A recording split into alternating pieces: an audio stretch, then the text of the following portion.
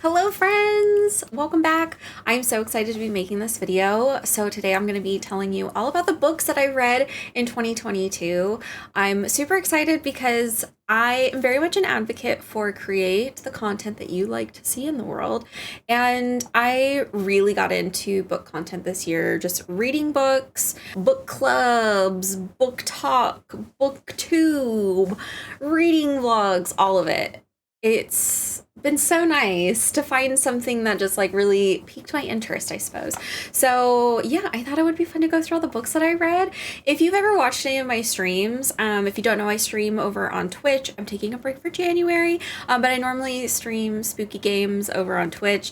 I talk about the books that I'm reading all the time. It's been really, really nice. So yeah, I wanted to walk you through what I read. So this past year, 2022, was a crazy year. My husband and I moved at the very beginning of the year, and we moved really close to two different half-price bookstores, which was so exciting because when we lived in the Bay Area, we weren't really close to one. And I think we went to one in Berkeley once, and that was it. And we lived there for 7 years. So this was super exciting to be close to some bookstores. We're huge half-price bookstore fans. We used to go when we lived in Iowa all the time. So yeah, it was just really nice having like easy access to nice discounted books again. And I kind of was like, I just want to read horror. Like, I love horror video games. I love horror films. I love horror TV shows. I love all of it.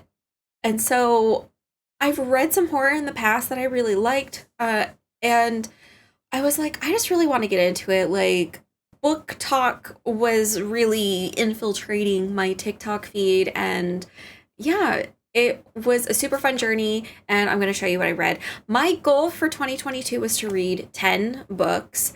I read 21, and I'm really proud of that. I'm really proud of it because I think 10 was a great goal for a year of kind of getting back into it. So to have surpassed that and gotten to 21 was super exciting, and I was just really proud of myself. So yay. But any goal is a great goal. So like, I started with a goal of 10, and then when I set my goal for 2023, I was like, I'm gonna do it. I'm gonna go for 50. And then of course when I said it, I kind of walked myself back a little bit, and I was like, how about we just do like double of what I read this year? Because last year I definitely read a lot more on the back half of the year than I did at the beginning. So I figure if I hit the ground running, let's aim for double. So I set my 2023 Goodreads reading goal for 40 books, and I'm really excited about it.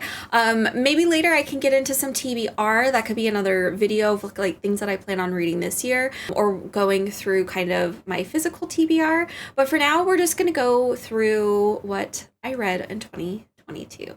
So the first book that I read was one that was really highly recommended to me by people in my chat on Twitch. So thank you, my lovely angels, because it was a great recommendation. So the first book that I read this year was Mexican Gothic by Silvia Moreno Garcia. This was a really nice book. I ended up giving it a 3-star just because I think I was wanting a little more spooky ooky. I wanted like scary, and this is definitely more just like gothic, ghouly, creepy, gross at some points. But I did really like it. I think looking back on it, like a second thought back, because I read this at the very beginning of last year, which, hello, beautiful, amazing. I love this. I feel like if I read this now, like if I read it again, kind of with the knowledge of everything, kind of finding out more what I like and what I don't like, I might actually give this a little bit of a higher rating. I will say though, the like twist in the book, I did see coming. I feel like I guessed it pretty early on. Didn't make it any less of a good twist. I thought it was really neat. So yeah, I gave this one 3 out of 5 stars. Actually, I would say like 3.5. Thinking back on it, I'm gonna give it a 3.5 out of 5 stars. All right, so the second book that I read was Welcome to Night Vale by Jeffrey Kreiner and Joseph Fink. So I used to listen to the Welcome to Night Vale podcast when I lived in San Francisco. I used to have a really long commute, and I would listen to it on the BART or on the Caltrain, and I really liked the podcast. It was just weird. It's weird. So I decided to read the book, and I really liked it. You totally a standalone. You can read this apart from the For the podcast, you don't have to have listened to the podcast to get into the book. The only thing you have to do, though, you have to go into it with a very open mind because it is a very strange universe. They don't explain anything.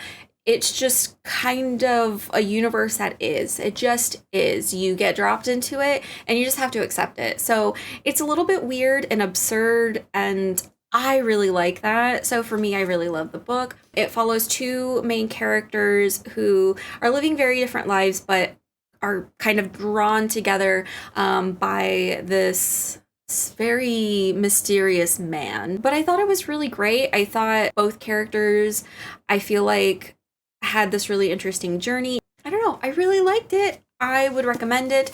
And I think I gave this one a 4 out of 5 stars, if I remember correctly. And thinking back on it, yeah, I'd probably say 3.5 / 4 stars. Yeah, I really liked it. And I have a few other Night Vale books. I just haven't read them yet, but hopefully I'll read those this year.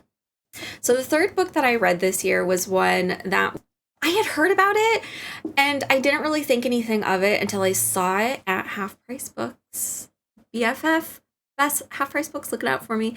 So I didn't really think much of it until I saw the cover at Half Price Books. When I saw it in person, I was like, oh, I thought this was like an old book, but it's not an old book. It's just kind of, that's the style. So this is My Best Friend's Exorcism by Grady Hendrix. This was my first Grady Hendrix book, and I read it super fast. It reads really easy, and it was a really interesting story between two best friends, one who, as you can guess, has some demon issues and may or may not require an exorcism at some point in this book. But it was a really great book. I loved this a lot. I gave it a 4 out of 5, and I would still stand by that. It's super fun. Something that I found from reading this is that I really enjoy books that read as though they are a movie or a show. It just read super easy. I gobbled it up super fast. The characters I felt were relatable, and surprisingly for a male author to be writing about girls or women, I felt like he actually did a really good job. So I enjoyed this book. I gave it a 4 out of 5. They did end up making a movie out of this, by the way. It's on Amazon. I watched it and I thought it was okay. It was definitely better than I thought it was gonna be. I didn't think it looked very good, to be honest, from the trailer, but it wasn't that bad. So that was my first Grady Hendrix. There's more later, but I'm gonna get to the next book first. All right, so the fifth book that I read this year, I could not find at Half Price Books. I really wanted to, but it was a newer release, so it kind of made sense that I wasn't finding it. But that book is Dead Silence by S.A. Barnes. So I wanted to read this book because I do stream horror games. I had actually, around the time I decided to pick this up, I played Dead Space. So I played Dead Space 1 and 2. They're great games if you love horror, if you love sci-fi, if you love space and creepy creatures, if you like aliens, things like that. You should potentially read this, but you should definitely play Dead Space. But Dead Silence, to me, was like if you combined the game Dead Space with the movie Ghost Ship. It was like that. So while it does take place in space, it also takes place on a space luxury liner. So like a little Futurama moment. And we have a salvage crew that discovers this old ship that had disappeared years ago. And there's some creepy stuff going on. I kind of guessed what was going on a little early, but I was very on the fence. I was like, is it supernatural or is it totally or is this explainable? What happened? Basically, all the people on here are dead, obviously, Dead Silence, and they've been missing in space. But it really towed the line between, is this supernatural? Is this explainable? And I actually really liked that. The only thing I didn't like in this book is that there is a totally unnecessary, love situation. We didn't need it, okay? We didn't need it. It was unnecessary. Other than that, this book was really good, and I really enjoyed it.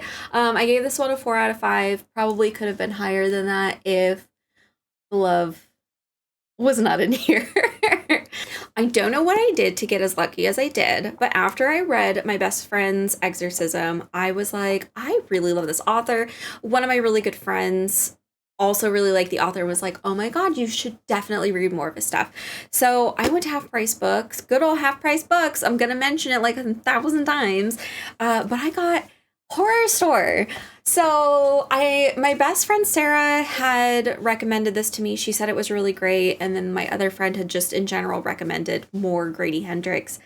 And I found this and I fucking destroyed this book in like one or two sittings. It was in one day, which it's not a long book, so it was easy to do. Which, can we just talk about the physical copy of the book that is totally like an IKEA catalog? It's not IKEA, it's Orsk, like the Walmart brand version of IKEA. Basically, the whole premise is like haunted IKEA. That's the thing. But it was so good. So this was the first and only book of the year 2022 that I gave 5 out of 5 stars. I love this book so much. I actually can't wait to reread this. My husband's listening to it on audio right now. So I want to reread this when he gets close to finishing it so we can have like a big discussion because I love this book. So I think the thing that really resonated with me with this book is that it really goes into just like the hellscape that is retail. I worked in retail for a while and I quit because I couldn't fucking stand it anymore. I still dream about going into my old store and being like, wait, what the fuck? I quit. Why am I here? And like, I consider those nightmares.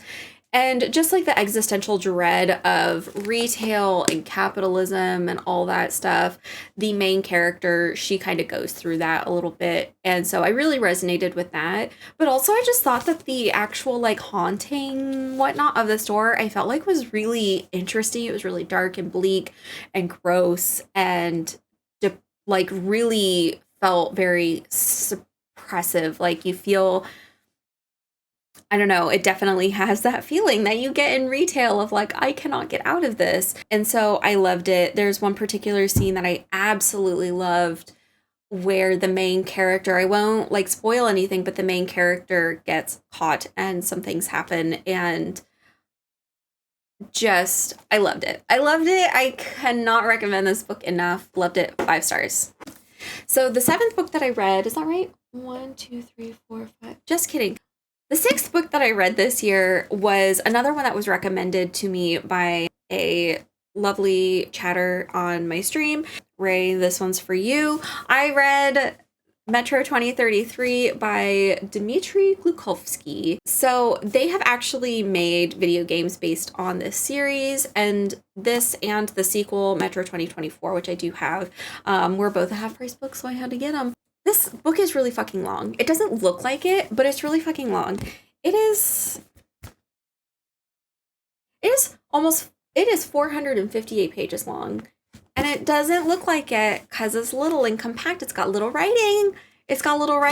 So it took me for fucking ever to finish.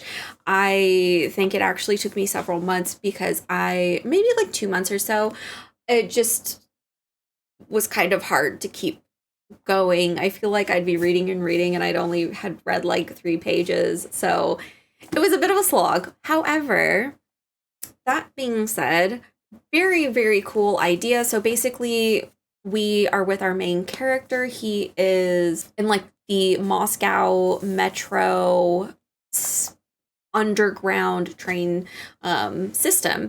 And the world above has basically been destroyed. So people have been living down in the metro system for a while. And he meets this mysterious man who is like, hey, I need you to go to this place. I need you to talk to this guy and you need to tell him this. And it's super, super important that you do it. So he sees it as like this, I have to do this no matter what mission. And it brings him to all different places in the metro. He meets all different kinds of people. And meanwhile, there's like creatures above ground and it's a really, really cool atmosphere. The only thing that I had trouble with is that I can only picture so many metro stations. And we go to a lot of them in here. And I'm a very visual person. So when I read a book, I like to be able to picture exactly what I'm reading. I cast everyone in my books. So I read a description of a person. I think, oh, there's an actor, a singer, a model, a person in my life, someone whose face I already know. That's who it is. So it was a little bit hard because you meet so many people in here.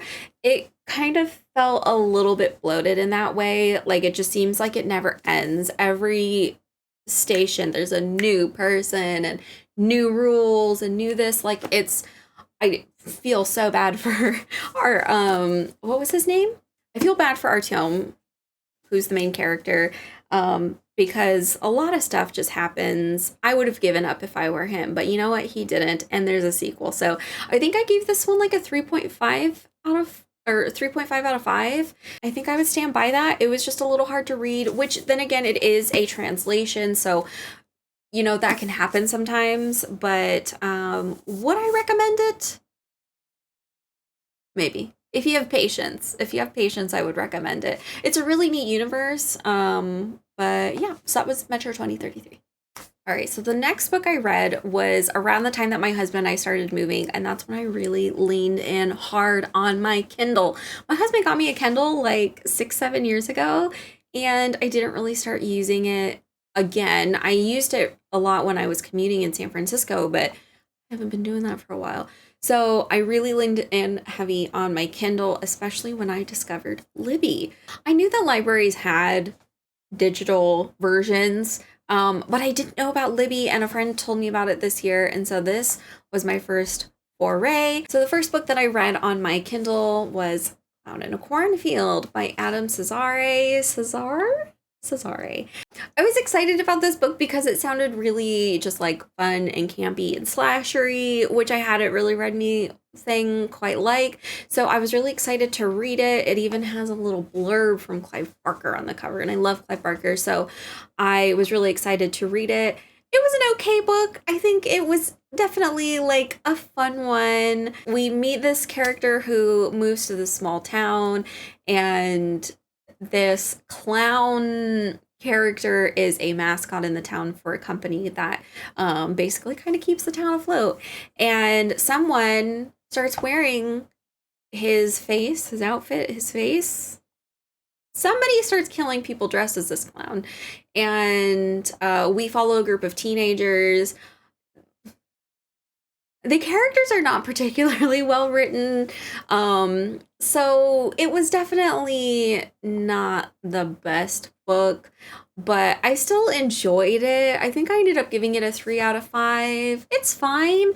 Would I recommend it if you're looking for just something quick and fun? Absolutely. There's a second one now, which I have not read. Will I read it? Maybe I will read that this year. But yeah, it was pretty meh. Yeah, I think other people had a lot more fun with it than I did, but yeah, it was fine.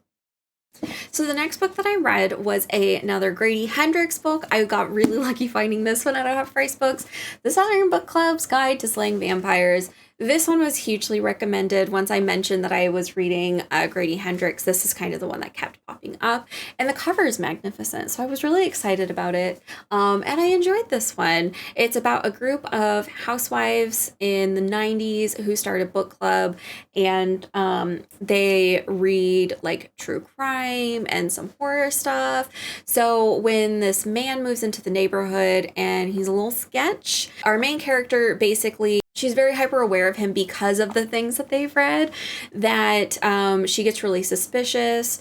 And so it just kind of follows that. Obviously, you can see there's a suspicion he might be a vampire. But there were some really visceral scenes in this book that I really enjoyed. There's one with, there's a scene with some trash cans and what we think is going to be a raccoon, and it's not a raccoon. And there's a scene with rats, and yeah, it's a lot. And I really enjoyed those scenes. I thought they were great. Toward the end, though, I will say there were some depictions of like SA, and I didn't really feel like they were very necessary. In general, I think Grady Hendrix actually writes women really well, but I just didn't really feel like it was integral to the story for some of what happens. But yeah, I really enjoyed this book. I read it pretty quickly, just like the other Grady Hendrix, and I believe I gave this one like a 3.5 out of 5. So the next few books were all ones that I read on my Kindle because I was traveling this fall. And the next two books I actually read on a plane. So the first one I read was The Halloween Moon by Joseph Fink, who you may recognize. He's one of the authors and creators of the Welcome to Night Vale podcast and the book. I was really excited about this because I really like Joseph Fink's writing. I like his stories, and it's about a young girl who is just absolutely obsessed with Halloween, and she gets to the age where her parents are like, "Hey, like maybe we're not going trick-or-treating this year." And that is just kind of really hard for her to get her head around. She's growing up, but she doesn't want to. This one's definitely like more of a YA novel. We get into basically she does go, spoiler alert, she does go trick-or-treating when her parents tell her not to, and some weird stuff starts to happen. Basically, the night kind of never ends, and there's some weird characters that she's seeing that are just really, something's off, and I definitely wanted it to be a little bit more. I felt like even though it was more of a like young adult or like kids book, I was still hoping for a little bit more to it. But yeah, no, it definitely is like a book for children, and it was definitely fun. It deals with kind of the idea of not wanting to grow up and the things that we kind of sacrifice as we get older. But I think I gave this one a 3 out of 5. I would say, kind of looking back on it, I would maybe put it a little bit lower, maybe like a 2.5 to 3. Probably wouldn't read this again, but it was fun for what it was. The next book that I read was actually a novella. I read this one basically on one flight, and that book was Ring Shout by P. Jelly Clark. I really wanted to love this one, and this one was probably my biggest disappointment of the year. It has a really neat premise. So it's back in, I believe, the 30s or 40s. We have a group of women who are all POC. They are fighting the KKK, who some of them are actually these like monsters, like actual bodied monsters, and they're called the Ku Klux, and only certain people can see them. So these women that are fighting them can see them, and it's a really interesting premise, and I wanted to love it. I think I would have loved this more if it wasn't in a novella form. If it was like a full-bodied, fleshed out book, I probably would have had a lot more fun with this. But because it was so short, I just feel like there were so many things that I would have loved to have seen explored more, because the premise of the book is fantastic. I think it's a really great idea. It just, for me personally, fell short on execution. I think I would definitely recommend it if it sounds interesting to you. This book was really highly rated, so that's why I was really surprised that I didn't care for it as much. I think I ended up giving it a 2 out of 5, so it was my lowest rated book for the year, sadly. So this next book, I actually did have a physical copy, but I suppose this is like a spoiler into how I felt about it. I have since sold that book back to Half Price Books. That book was Hide by Kirsten White. The premise of this sounded so good. So we have some people that are competing in an abandoned amusement park. They think it's a reality show, but dun dun dun, there's something more sinister going on. I really loved the idea of this. Again, there were so many characters. They introduced so many characters. So like I was saying earlier, like I'm very visual reader, so when a new character is introduced, I have to pick a face for them or else I will have trouble reading it. And I had to do that for like 20 people. I couldn't remember names. And granted, you don't follow these every single person the entire time. We do just follow kind of like a main small group of those people, but I just had a hard time with that. And then the actual premise of what's going on, I thought was really neat, but I don't know, something about it just didn't really quite land. I don't know. I feel like great idea on paper. great idea on paper, but then not great when fully fleshed out on paper. So I think I ended up giving this one like a 2.5 or 3 out of 5. So this was kind of a bummer time, y'all. I was not having very much luck with these books. I feel like I was striking out. This was like summer, fall time. So that was really sad. But yeah, Hyde, can't say I recommend it. It was okay, but it just could have been so much better. So the next book that I read was another one that I got a digital copy of. This one I actually saw at Barnes & Noble, and I told myself if I find a book that I'm interested in and it's on Libby and it doesn't have a terribly long wait, then I'm not going to buy it. I'm just going to get it on Libby. This one happened to be available same day. So this is Extasia by Claire Legrand. So this book was one that I just had never heard of. I saw the cover and was intrigued, read the back of the book and was like, oh yeah, I'll try this out. So I got this on Libby and I read it and it was fine. I had such a bad string of books. So we're with this character who lives in this kind of medieval-esque type village. She is under the impression, as with everyone else in her village, that basically the rest of the world around them has ended and they're the only ones left, and that they have to atone to God to basically maintain the peace that they have. So she ends up being one of these 4 girls, truly girls, not really women. They are young. These girls that are revered in their town, they are basically kind of seen as, I don't know if you would say like an offering to God, but essentially they believe that if they keep these 4 girls and they change depending on if one of the girls hits a certain age and they decide to like marry her off, then another young girl will replace her. So she is one of these 4 girls, and basically the idea is that as long as they have these 4 girls and they pray to them, they confess to them, they do all this stuff, that God will maintain the peace of their village. The only issue is these people are treating these girls like shit. They're treating them like shit, and our main character, her mom was accused of being a witch, so it's really contentious that she ends up being chosen as one of these 4 girls. But she kind of learns some secrets. There is a secret group of women outside of the town. She meets them.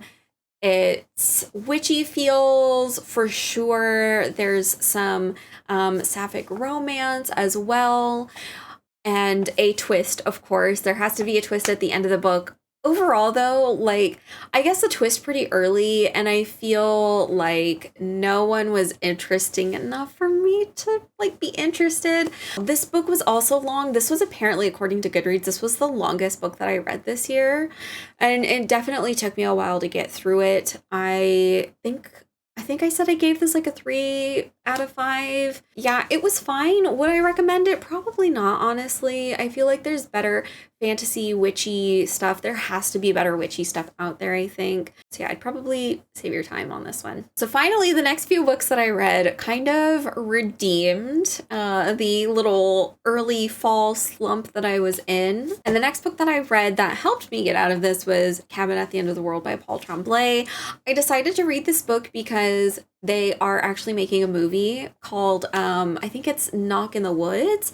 And I saw the trailer, the initial trailer for it, and I was like, oh my God, this has a bunch of actors that I really like. B, looks really interesting. So the idea is that there is this couple with their daughter. They are in their cabin, like little vacation cabin. And this group of 4 people shows up at the cabin and they give them this ultimatum that they have to sacrifice one of their own to stave off a coming apocalypse. So basically to save the world. And I'd heard really good things about Paul Tremblay in general. Had heard great things about this book. This book was really interesting. We kind of flip back and forth between some of the perspectives. So it's the 2 husbands. We even hear or see from the young daughter's perspective and a little bit from the people who show up at the cabin. There's a lot that's unknown in this book. So basically, we don't know if the apocalypse is really coming. They try to prove it a few times, and there's some evidence that it could be true, but also like what the fuck is going on? Like, who are these people? Where did they come from? There's just so many question marks, and even the way that the book ends is very ambiguous. I did like this book. I would have loved to have had a little bit more explanation on the back end, but you know, it's fine. I think I ended up giving this one like a 3.5 or 4 out of 5. It was pretty good. I would definitely recommend it. I cannot wait to see the movie. So the next book that I read was a really exciting one because in October, I finally decided to start a book club. So the main thing was that my sister wanted to read spooky books with me, and my best friend Sarah wanted to read spooky books with me, and I would talk about them on the stream so much that I was like, fuck it, I'm just gonna create very like not formal, just like a fun little book club. We can talk about what books we're reading. I'll pick a spooky one out for the month and we'll read it. So the first one we read was Meddling Kids by Edgar Contero. I saw this initially a few years ago when my husband and I went to plan our wedding in Colorado. I saw it at a small bookstore, and I love Scooby-Doo. I am a Scooby-Doo lady. I grew up on Scooby-Doo. Absolutely obsessed with it. So the idea of this meddling kids, we've got the 4 kids, we've got the dog. I was very intrigued. Ended up picking this up and decided to do book club with it because I just thought it would be a really great first book to do. It seemed like it was spooky. We've got some Lovecraftian overtones, overtones, and I just thought it would be really fun, and it was very fun. I enjoyed it a lot. I actually really liked this book. So we have our group of characters that are kind of reminiscent, but not quite exactly one-for-one comparisons to the original Scooby Gang. Our beloved Fred, Velma, Shaggy, and Daphne, and of course Scooby-Doo. This book basically says, okay, these kids grew up, now they have PTSD. They have PTSD, and they had this last case that really shook all of them to their core, and so we're going to go back to where everything kind of started with it and try to figure out who was the real villain in this case. There's monster stuff. We've got some queer representation. We've got a lot with mental health and whatnot. I had a lot of fun with this book. I really liked it. I would definitely recommend this. And I think it went over pretty well for book club. The only person who didn't really care for was my sister. I'm so sorry, Carly. I love you. But I would definitely recommend this book. I think I ended up giving it a 4 out of 5, and I stand by that. So the next book is another one of those that I did own it, and I have since sold it back to Half Price Books. I picked this one up when I was flying with the intention to read it, but then was like, I don't know if I want people to see me reading this, because I'd heard a lot of good things and I had heard a lot of bad things. So of course that book is A Court of Thorn and Roses by Sarah J. Maas. So, okay, I had heard all the hype that it was so good on TikTok.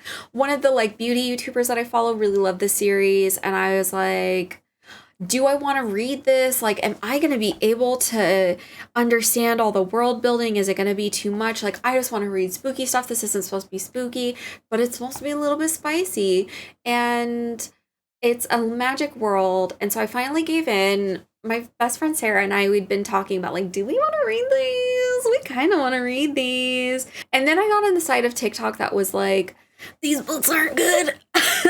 These books aren't good.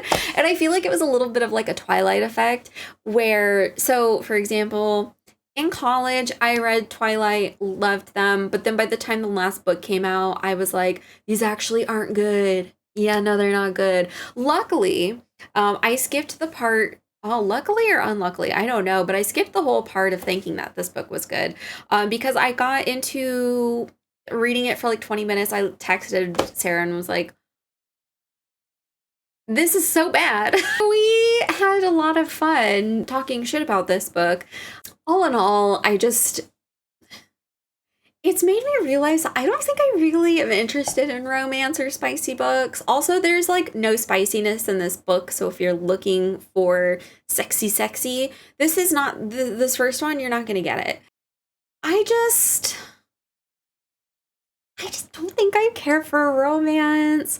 I also had no trouble with the world that this is set in. I was more so interested in the politics of this world. Like, is there going to be a war? What's the history of that? Who are these people? What's going on?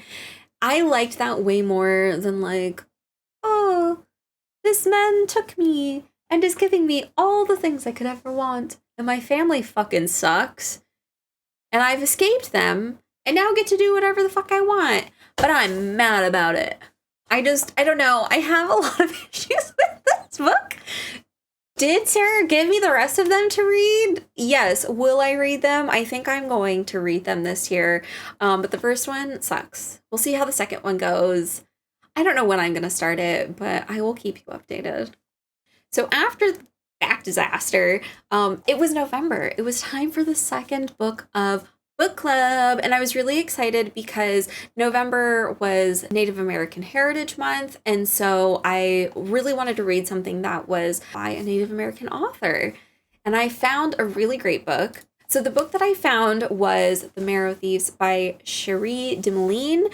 I really, really liked this book. It definitely, I kind of knew going in it was going to be horror light. It wasn't really going to be a very scary book. It is more an atmospheric thing because it does kind of deal with a kind of post-apocalyptic vibe. So in this book, we are in a future where people have lost the ability to dream. Because they've lost the ability to dream, people are getting sick, people are losing their minds. A lot of crazy stuff is happening. So it's this huge, like, epidemic issue. People end up discovering that, at least as far as we know in this book, that Native Americans, I'm not sure if like other indigenous cultures throughout the world were also able to still dream, but Native Americans were still able to dream. So they kind of become target number one. We're following a group of people that kind of come together because they're all on the run. They become each other's found family, which I think was my favorite aspect of the book. The way that no matter their backgrounds, they all found this obvious common ground with their background and their cultures, and also, of course, being on the run. I thought it was really beautiful the way that they all just had this massive respect for each other. Everyone has their like coming to story, which was basically how they found themselves to be at where we're at now in the book. Everyone's had this traumatic past and they have all come together. They all work together like a family, and it was just, from that perspective, it was really beautiful. Obviously, we find out that they have these resurrected residential schools that have popped up throughout the country where they take Native Americans, and the idea from obviously the title is that the dreams are found in their marrow. So from what we know, they're killed and used to basically give other people the ability to dream back. A lot of issues with that. I really, really enjoyed this book. I ended up giving it a 4 out of 5. I think the only thing with this book that I took any like issue with is that we don't actually find out much about the like the residential schools. We are really just focused on the family, where they're at, where they've come from. But luckily there is a sequel to this book, which I did read. I'll go over that when we get to it. I really enjoyed this book. Definitely not scary, but definitely has some kind of apocalyptic vibes. And I really enjoyed the writing as well. So after I read The Marrow Thieves, I guess I had been kind of in like a nostalgic feeling because I decided to read Animorphs. And yes, I finally got rid of that little white line underneath here. So sorry about that. I decided to read the Animorphs because when I was in like elementary, middle school, I read another series by author K.A. Applegate called Everworld. Now, Everworld is like top tier for me. I love that series with all my heart. I've read it through multiple times. I have all of the books on my bookshelf. Loved that series. But the one that I had never gotten into was Animorphs. So I never read this when I was in school. Everybody knew it. I just never read it. I don't know why I never did. But one time my husband told me kind of the gist of the story that kind of overarches all of the books, that there are these aliens that come, that they're trying to take over Earth, and it's these kids that get this ability to anamorph and shift into animals, and they're kind of fighting them. And what he was telling me was like it was a lot darker than you would think it would be for like a basically like a kids series. So I was really intrigued by that. And I decided to read the first book. Now, let me say, when I go back and reread Everworld, the writing for me still holds up. I feel like it's pretty decently written. Um, who wrote this? Who wrote this? Because it didn't read like Kate Applegate, which could just be because of how old it is. I'm pretty sure she wrote the Animorphs before she ever wrote Everworld, but oh my god, it's so bad. It's so bad. The idea of the story is really interesting. It's just, the aliens have these weird names that are kind of silly. And the way that these characters read, I mean, these kids are young, so they're definitely coming off as very young. And they say some really cringy things to each other. It was the 90s, you know? But it was okay. I'm kind of on the fence of if I want to keep reading because they're just not very good, but they're also super fast to read. Like I could read one of these in one sitting. It only takes like 2 or 3 hours. I think I ended up giving this like a 2.5 or 3 out of 5. We read it for the nostalgia, but that's kind of all I got from it.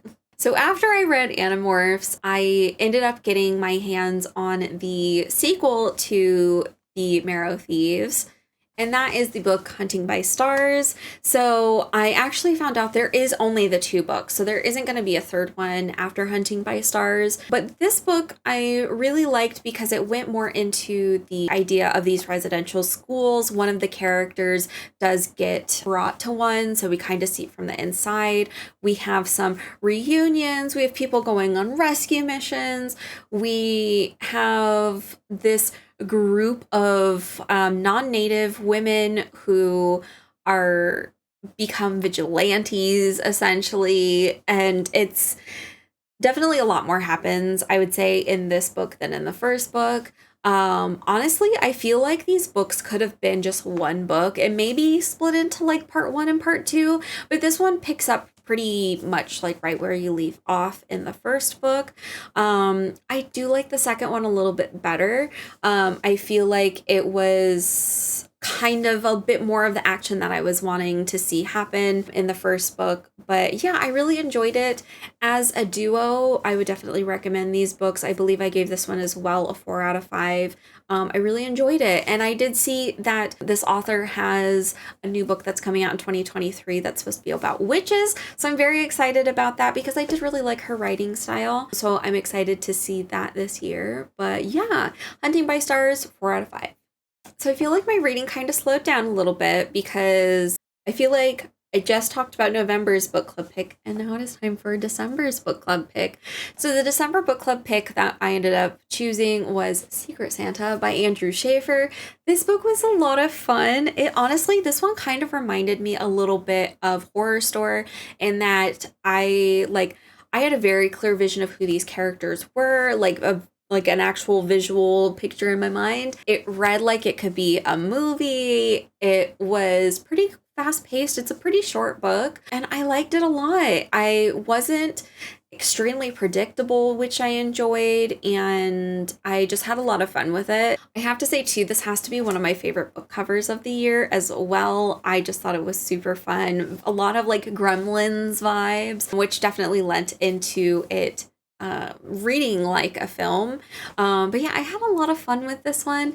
It was really great. Definitely nothing like groundbreaking or anything, but I had a lot of fun with it. I would highly recommend it if you're looking for something that is spooky and has some holiday twist to it, or holiday twinge, holiday overlay. I would definitely recommend this one for sure. I gave this a 4 out of 5. All right, we are winding down. So the next book I read was the second Animorphs book.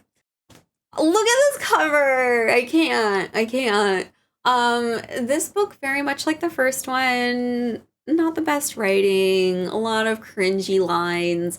This one is from the point of view of another character, so that was something that K.A. Applegate did in the Everworld series. Each book is told by a different character, and there are definitely a few more close calls. The stakes are definitely a bit higher in this book. I have to say, though, I haven't reserved or like put a hold on the next book in the series. I don't know if I do continue it.